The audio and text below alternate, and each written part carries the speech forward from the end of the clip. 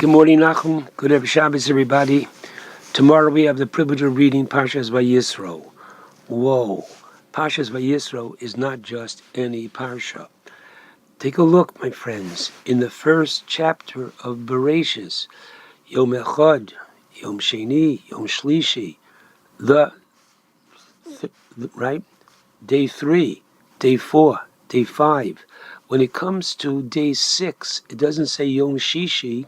How many extra letters in the Torah, my friends? Yom HaShishi, the sixth day.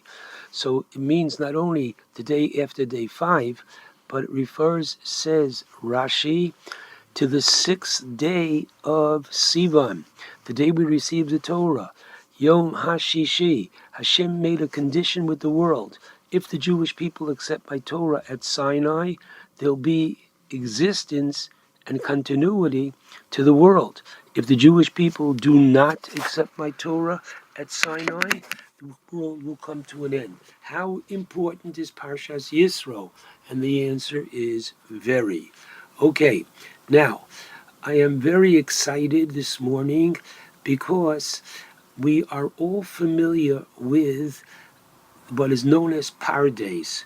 Pardes is that which the Gemara tells us in Chagiga, that it's not just an orchard, but that it stands for pshat, that each verse could be understood literally, and then there's the resh for remez, there's a hint that the Torah is hinting at something, and this is all part of Torah, and the Dalid is drash, that which we learn and deduce from, and Samuch is sod, the secrets of Torah. So I'd like to discuss this morning something a little bit different called Notrikun. Notrikun is an acronym. So let's go, everybody, to the very first word of the Ten Commandments. The first word of the Ten Commandments is Onochi, Hashem Elokecha, I am your God, and we know the rest of the Dibra is Asher Utzusicha Me'eretz Mitzrayim Mibeis Avodim. I took you out of Egypt from the house of bondage. Good. Now what didn't you understand? Okay, it's quite clear. Interestingly, how many extra letters? Meaning, why does it say Onochi Hashem Elokecha? It could have just as well said Ani Hashem Elokecha. I. What's the Anochi? Anochi also means I. Why use 4 letters when you could have used 3 letters? Aleph, Nun, Yud, Ani. Why 4 letters? The Gemara in Shabbos, page Kuf Hey Amud Aleph, tells us 2 different opinions between Rabbi Yochanan and Rabbanon as to what the extra letter in Onochi comes to teach us. So the Gemara tells us, Minayin lashon notrikun min Torah. Where do we know that you have acronyms in the Torah, whereby the word Anochi means I, but that it comes to include something deeper, namely, Shenemar Anochi Hashem Elokecha. Here comes the first one. Anochi, what's the acronym for Anochi?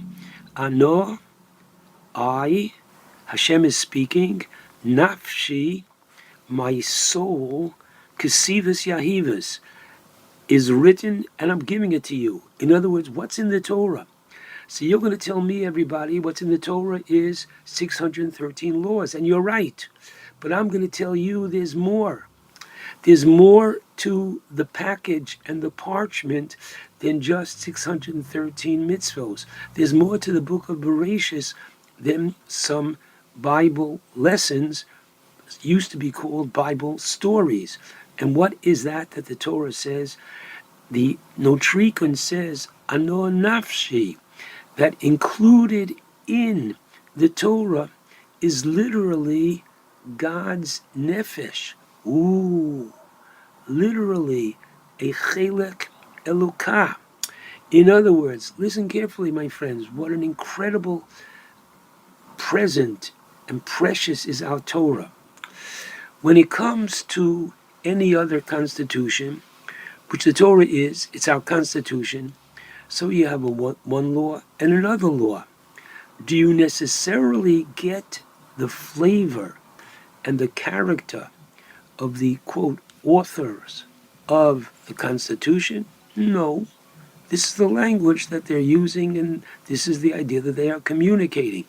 Here, there's more than just do this, don't do that. Included in this, we are getting part of the Gavra. The Gavra, which usually refers to the person, the individual, I'd like to say the being, Anochi Hashem Elokecha, we're getting part of Elokus. Whoa! So that when you study Torah, you are like the policeman in the Holland Tunnel. Every year he goes for a physical, and every once in a while the doctor says everything is good except your lungs. They're tarnished, they're polluted. Well, what do you expect? If he spends 6 hours or 8 hours a day in the Holland Tunnel, an hour in, an hour out, of course it's going to pollute his lungs. The same way that policeman in the Lincoln or Holland Tunnel has polluted lungs, we imbibe godliness, into ourselves. Wow. I'll never forget, years ago, the late Rabbi Vadri Yosef, Zecher Tzadik V'Kodosh Levracha, came to visit our yeshiva, and hundreds of Sephardic young men stood online and waited for their chance to greet the Gadol Hador and to kiss his hand. Why are you kissing his hand? And the answer is, he is a walking Sefer Torah. I'm not talking only in terms of knowing the 613, no, but imbibing Shechina. And that's what the Gemara says at the end of Makos. The Rava says how foolish the people, the Babylonian people were, that they stood for the Torah when they took the Torah out of the Aron, but they didn't stand for a Talmud Chacham. The Torah says, Zabroim Yakenu, oh my goodness, those violations that a person might do and commit a transgression for which he is to be given makos, flogged. How many? The Torah says, Arboim Yakenu, give him 40, up to 40. We have a doctor to evaluate. And comes along the Rabbanon, and what do? They change it. Don't tell me 40, it's 39. Unbelievable. What does that mean? That Kechol Asher Yerucha, when the Torah says in Parshas Shoftim, the Torah is literally welcoming the Jewish people when you deserve it to become part of a partner in the Torah. The Havdil Elef Havdalah is a partner in the law firm. Ooh, you're a partner. You can interpret Torah. Unbelievable. The greatness of our tzaddikim, our Talmidei Chachamim over the years. The Reb Moshe Feinstein, Zecher Tzadik V'Kodesh Levracha, the Rab Soloveitchik, same, the Lubavitch Rebbe, all these great individuals, what were they doing? According to the Shalah, a delicious pshat in talking about the Aseres HaDibros, but not from this week, but rather from Parshas V'Eschanan, where the Torah describes in Perek Hey, in Book of Devarim, Pasuk Yud Tes, the Torah says, what happened at Sinai? Kol Gadol V'Lo Yosef. It was literally listen carefully, how does he translate it here? Kol Gadol V'Lo Yosef is a great voice, never to be repeated. Okay? That's what Art Scroll says. Rashi brings two interpretations. That what does it mean? Kol Gadol V'Lo Yosef, either V'Lo Posak, quoting the Gemara in Sanhedrin, Yud Zayin Amar Aleph, meaning that this voice has never stopped. Hashem gave us a Torah. Wow. And guess what? That same Torah is being given now, right now. He gave it to us 3,500 years ago, and that same Torah is, we have the ability to log into. I'm not talking about on an internet, that we have the ability with our Talmidei Chachamim guiding us that we can understand, interpret the Torah. That's one explanation. And the other one is, listen carefully now, Lo Yasaf means Lo Hosif. That's it. Like the Rambam says, when Mashiach comes, nothing will be added to the Torah. The same way that Parshas Yisro has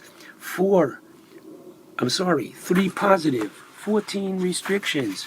So too it always will be. There's not going to be 614 mitzvos when Mashiach comes, and there's not going to be 612. There's going to be exactly 613 mitzvos, whatever they are. That's a machlokes. So listen carefully. Just as HaKadosh Baruch Hu, Lo Hosif, has not added anything to his Torah, we cannot add to the Torah. When the rabbis say, don't eat milk and meat, if they say that you shouldn't eat milk and meat, from the Torah you could. It's the rabbis that prohibit it. That's wonderful. If the rabbis should say you can't eat milk and meat, right? If you say this is from the Torah, that's blasphemy. Because the Torah doesn't say that. The Torah only says meat. It doesn't say poultry. Okay. So it's always important to know, etc. So listen carefully. The idea is that the Torah is ongoing. Now watch. We're all familiar with the Pesach Seder, namely Dam, Tzvardeya, Kinim, that Baruch Hashem, HaKadosh Baruch Hu has given us, or gave the Mitzrayim, 10 makos. Good. Now, interestingly, after we enumerate the 10 makos, what do? We say Rabbi Yehuda, Hayanosem Bahem Simonim. Rabbi Yehuda would give a mnemonic, right? An acrostic to remember. Ditzach Adash Ba'achav. What is he adding? The answer is, it's deep. Each one of these three is following a pattern. The first of the three was the warning was at the Nile River in the morning. The second one is that there was a warning in Paro's palace. So when it came to Dam, warning at the sea. Tzvardeya, warning in the palace. The third one, Kinim, no warning. Orov, at the sea. Dever, palace. Shechin, no warning. Barad, Arba, Choshech, the same thing. And the Ramban says, that the three sets, he doesn't say it specifically on the word Ditzach Adash B'achav, but he teaches us, the first three are to teach us Ki Ani Hashem, that Hashem exists. The second one is his Hashgacha Pratis, that the second one of Orov, Dever, and Shechin is his involvement in the world. And the last three, right, which are Barad, Arba, and Choshech, Ein Kamoni B'chol Haaretz, that there is none like Hashem. And we can keep on going, but understand the Maral has other explanations. The idea being, it's not simply that somebody in Rabbi Yehuda's family couldn't remember Dam Tzvardeya Kinim, so he said, "Oi, my son, my daughter, I'll make it easy for you." Titzach, no. Titzach Adash B'achav is literally bringing lessons and teaching us sophistication about the 10 plagues. I'm just going to close with a delicious sfas emes. When I say to you 10, 10, 10, so I don't know what that means to you, but I'll tell you what it means to me. Says this sfas emes, there were 10 ma'amoros. The world was created with 10 statements of HaKadosh Baruch Hu. Right? Hashem said, let there be, 10 times. Bereshis is also one of those 10. The second 10 are the 10 makos, the 10 plague, namely, the tzach adash b'achav. And the third 10 are the Aseres HaDibros. What do the three tens have in common? Says the Sfas Emes so beautifully that Hashem created a world, but he is a Kael Mistatar. The world itself, you and I, once you take a look, wow, you see HaKadosh Baruch Hu. But you have to look for it. You have to find it. He's concealed. How did he become revealed? He became revealed through the 10 makos. So the 10 mamoros, which literally means 10 statements of God, were followed by the 10 plagues, which showed his mastery in the world. And finally, the Aseres HaDibros. The mamoros were transformed into dibros because of the makos. Wow. What does it mean, my friends? Just when you thought you knew it all? No. There's always so much to learn. Shabbat shalom to all.